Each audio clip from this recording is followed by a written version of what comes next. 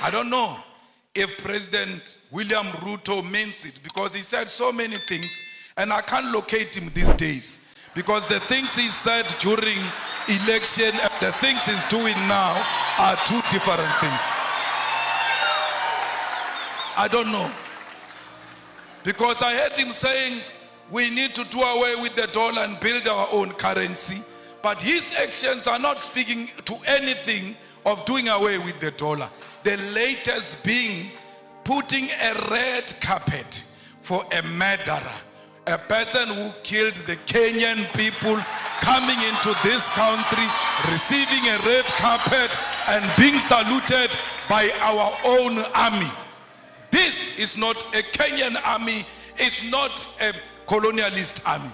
The Kenyan army is a product of the Mau Mau rebellion, and those who killed our people in the Mau Mau rebellion cannot be saluted by the same army of the children of those who were killed during Mau Mau rebellion. We have a duty to stay true to the cause. We have a duty to remind the king and Britain of what they did to us. Indeed, he shows no remorse. He says this was bad, it shouldn't have happened. But he runs short of, I apologize, I am sorry. He will never say he is sorry, for because he thinks that his race makes him superior and he's not qualified to apologize to those who are junior to him. We call upon the Kenyan government to be firm and to decide what they want to be. Do they want to be Pan-Africanist, or do they want to be proponents of neo-colonialism? You can't have it both. Only one call must be made, and that call is of Pan-Africanism. It's not easy being a Pan-Africanist, for because the mindset of our people is so colonized, they are going to isolate you. They are going to look at you as if you are a mad person. They are going to look at you as if you are unreasonable. But it is a cause worth pursuing because of the generation that came before us. We don't want visas. We want one currency for Africa, because our currency can be more powerful than the pound and the dollar combined, because London has got the biggest storage of gold, yet they don't have a single smallest mine of gold. Their economy is based on our minerals, and if we safeguard our minerals and protect them and say out of these minerals we are producing a currency that is going to compete internationally, we stand a good chance. We need African Central Bank. We need African Monetary Zone. We need African military combat, because these pockets of wars that are happening in Africa are not of our own making. They are sponsored wars, so that those who continue to steal our resources can do so uninterrupted as we fight ourselves, amongst ourselves. So we need a military, a common defense system, the African High Command that will ensure the stability and security of Africa. We equally need a binding African court to deal with dictators who only exist in Africa to feed their friends and families.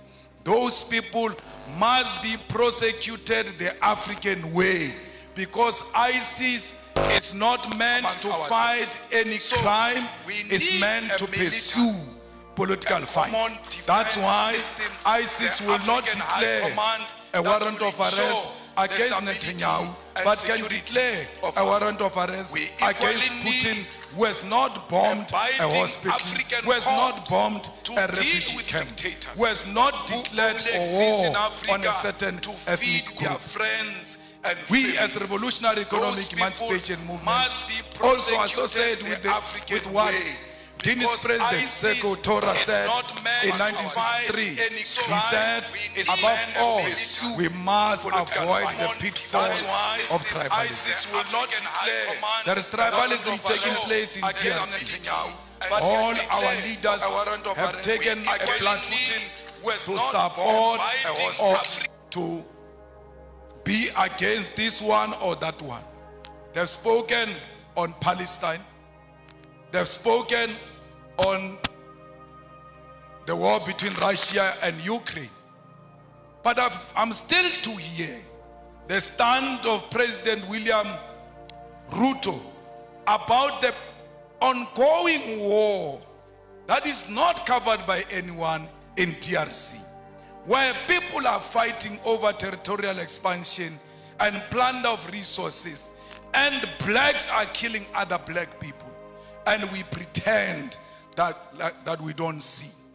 It's important as leaders of states and governments to always condemn violence and war, especially if it's barbaric and informed by tribalism and unjustifiable territorial expansions. Before you can speak about other countries, charity begins at home. Let there be peace in DRC. Without peace in DRC, Kenya will never know peace, because these rascals are going to learn from those wars in DRC and want to import them into Kenya. You have a duty to stop them there before they come into Kenya. Comrades, we will make sure the struggle of all immigrants, most of whom are economic migrants and asylum seekers in South Africa. We will never. In South Africa, they say to us, if you want to be elected, you must declare war on illegal immigrants. And illegal immigrants, they mean Africans. We have refused as the EFF that we will never declare war on any immigrant, illegal or legal. Illegal according to whose law? Because if you are illegal, you should have violated a certain law.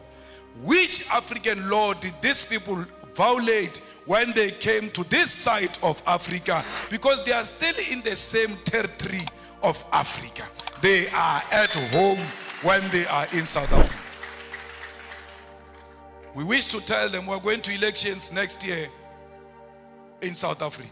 We wish to reiterate that, and we tell them all the time, if they want to elect us on the basis of xenophobia, they can keep their votes. We are not disparate for votes. We are disparate for the unity of Africa, and that's what we want to achieve in our lifetime. Remove the visas as an immediate step, and I heard Kenya is going to do that by December. Perhaps I must come back here in December unannounced, so to test if indeed President William Ruto means exactly what he said when he said there won't be visas in December. Maybe I must sneak in and test without applying for any visa and just give them the South African passport and say I'm coming home.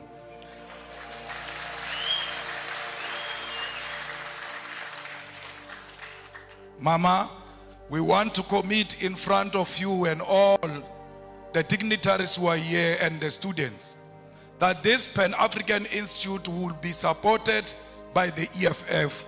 We will ensure that indeed it has got a home in South Africa. We will not only support it verbally, we will put money into it. We will pay the staff members of the institute. We will also pay the offices of the institute, because we believe that we must speak one language as Africa. We will donate the books here at the university to ensure that every African writer has got his or her book in the Pan-Africanist Institute. Let's all spread the gospel. Indeed, it was not a mistake to launch it here in the rural areas, because no one must be left behind.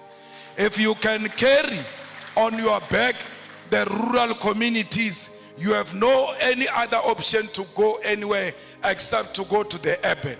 But if you start from rural, there is no way you can cover the urban. But if you start from the urban, you are going to be reluctant to come to the rural. We are starting here to liberate our people in the rural areas, and we're going to the urban to ensure that everybody hears the message.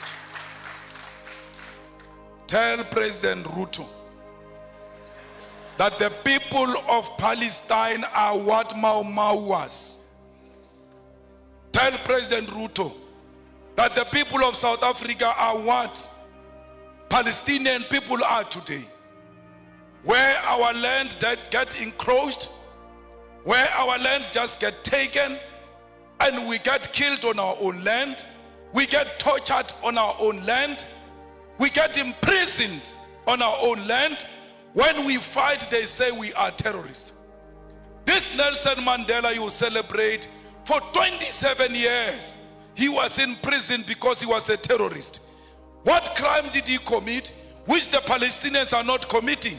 His crime was to fight for the liberation of the people of South Africa and the oppressed world all over, including the people of Palestine.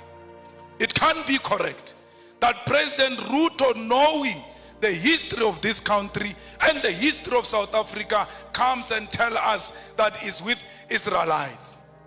Our war is not on Jewish people. Our war is not on pregnant women, Jewish pregnant women. Our war is not on Jewish children. Our war is against a Zionist apartheid state of Israel, and that's what we are fighting.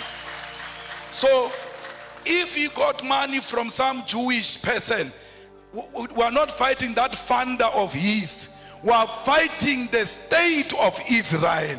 We are not fighting individuals. We are fighting the state of Israel.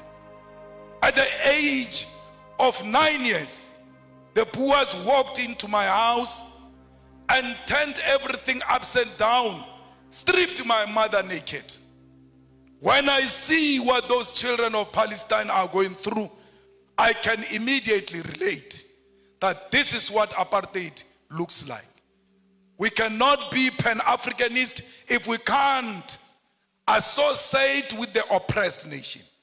Our Pan-Africanism is based on the basis that we are an oppressed nation ourselves.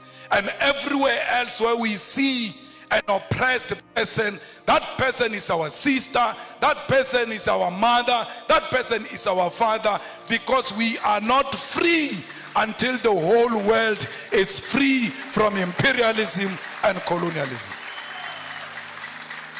I don't know if you'll regret inviting me after this. But my problem is that I tell my truth as is. And I say it to authorities without fear or favor. Till today, no one has ever sued me legally successful. Till today, no one has imprisoned me, because you can't imprison or sue the truth. The truth will always prevail. Comrades, we must make sure that as we live here, our sympathy is with the oppressed people. Look at Cuba. Its crime was to choose a different economic system to what America has chosen. And then they are under more than 60 years of economic embargo. What crime did the people of Western Sahara commit against Morocco? We are at the center of speaking the truth as a Pan-Africanist institute, because we've got the ear of the continent and the diaspora and the whole world. And this organization we are launching today, Prof, will live forever and ever, because you only speak the truth yourself to power. And you always make us politicians to want to check if indeed we are still on the right track. So an institution established by a person like you, we are guaranteed that it will live for long and it will live for generations to come. That's why we are proud to be here. I was not brought by a plane here. I was not brought by a car here. I was driven by the spirits of those people who were dumped in the oceans. And when they were dumping them in the oceans, their cries are still crying loud till today. They did not dump them in the ocean only. They dumped them chained on their hands and their feet, and they could not fight. When the sharks were eating them in those oceans, they could not fight. Even if you know that today I'm going to die, but it is always good to die fighting. That you must hold the shark even when you know it's going to swallow me. I must die fighting. Those people who died in the ocean said to me, you ought to arrive there. For because what you guys are going to start there is that which is going to seek reparations for us. As you leave this place and going back to your home, remember the people who died in the plantation, beaten, treated like dogs. Remember all of those slaves that asked for help and they never found help. But you must say to them in spirit, the help has arrived. And that help we declare today that will fight the battles of the heroes and heroines of Mau Mau, of Mbambata rebellion, of the slaves. This Pan-Africanist Institute must be at the center of demanding reparations for all the suffering Africans have gone through because of colonialism. We must teach our people that we are not beggars.